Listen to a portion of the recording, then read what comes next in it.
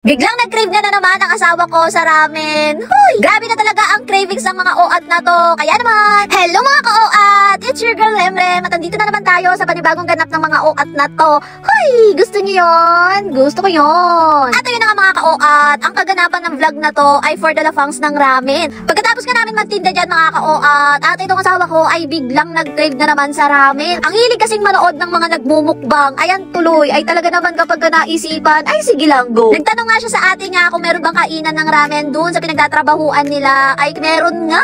Kaya naman nagwagi na naman ang mga OAT na to. At talaga namang isa-satisfy na naman ang mga cravings ng mga OAT na yan. Papunta na nga kami yan mga ka-OAT sa Ayala Mall Marikina Heights at doon nga yung kainan ng ramen. Ang pangalan ata ng ramenan na yon ay QQ99 Ramen ba yun? Basta yun na yun. Basta mura lang doon. Syempre doon tayo sa mura pero masarap, di ba? Natikman na rin naman namin yun mga ka-OAT. Naalala nyo nung pauwi na kami galing Tagaytay, abay yung asawa ko dun sa terminal bumili ng ramen. Kaya naman ay naghanap talaga siya ng branch no na malapit dito sa amin. Ay buti na lang talaga meron nga doon sa Ayala Mall Marikina Heights. At ayun na nga mga ka-OAT, sa sobrang daldal ko ay ayan, andito na nga pala tayo sa Ayala Mall Marikina Heights. Pagpasok nga namin sa Ayala Mall ay talaga namang natatanaw na namin etong ramenan. At talaga namang parang hinihila na kami at sinasabing, hoy, alam ko cravings nyo to, kaya ano ba't inaantay nyo? At tara, pumasok na kayo at i-fulfill natin yung mga cravings nyo. Hoy! At ito na nga mga ka-OAT, hindi na talaga tayo nagpaligoy-ligoy pa at talaga namang pumasok ng mga OAT na to at umorder na dahil nga gutom na rin ang mga OAT na yan. Grabe nga at talaga namang excited na excited yung isang OAT dyan. Yung tipo bang kahit 99 lang, feeling mo makakatikim ka na ng certified sarap moment. Ganito talaga kami mag-cravings mga ka-OAT at talaga namang biglaan kung ano talaga yung maisipang kainin ay talaga namang hahanapin. Ang in-order nga namin dyan mga ka-OAT ay yung sa kanya ay cheesy tonkatsu ramen, tapos yung akin ay ordinary ramen lang. At sabi ko nga hindi ako magra-rice pero umorder na nga lang din kami ng rice bowls na chasudon ba yun, tapos para matikman din namin. Pagkatapos nga namin umorder at etong batang OAT na to ay talaga naman napakagulo ng buhok. Aayusin ko na nga lang sana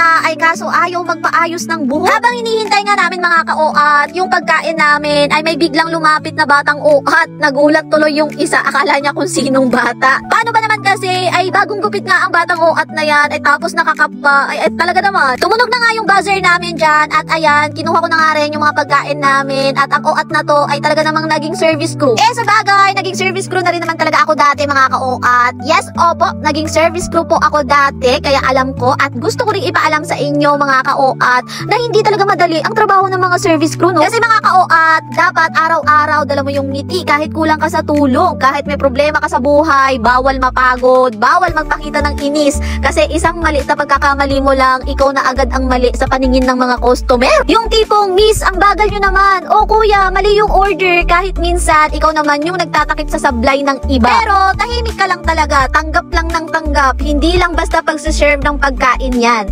Yan yung pagpindot ng POS, paglilinis ng mesa, pag-aayos ng tray, pagtanggap ng mga reklamo, at minsan pagngingiti kahit gusto mo nang umuwi. At sa bawat thank you, come again na sinasabi mo, sana lang may nakaalala rin na tao ka rin, napapagod, nasasaktan, pero lumalaban. Huy!